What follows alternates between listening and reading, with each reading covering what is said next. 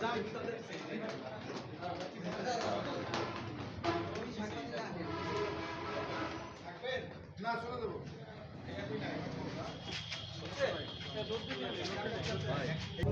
আপনাদের মুখোমুখি হয়েছি। আজকের এই শোকের দিনে আমি দেশনেত্রী বেগম খালেদা জিয়ার কাছে আপনাদের কাছে দোয়া প্রার্থনা করছি, আল্লাহ তাআলা তাকে জান্নাতবাসী করুক। আমাদের আজকের সারা বাংলাদেশের মানুষ যেভাবে নির্বাচনটা চায়, আমি একজন প্রার্থী হিসাবে সেরকম নির্বাচনে আশা করছি।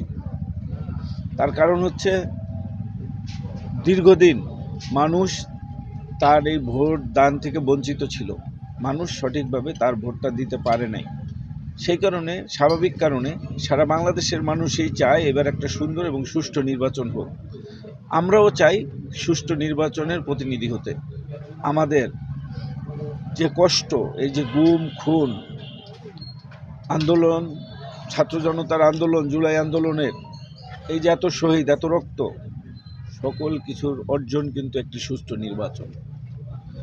আমরা সেই সুষ্ঠু নির্বাচনের লক্ষ্যে আমাদের যে কোনো ধরনের স্যাক্রিফাইস আমাদের করতে হয়, আমরা সেটাই করব।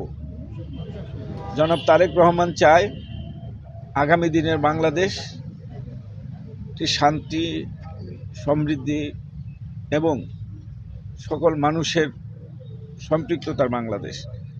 আমরা চাই সুন্দর একটি নিরপেক্ষ নির্বাচন প্রশাসনের কাছে।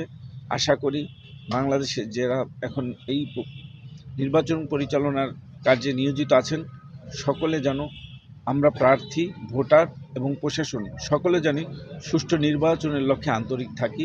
এটাই আমাদের প্রশাসনের কাছে চাওয়া।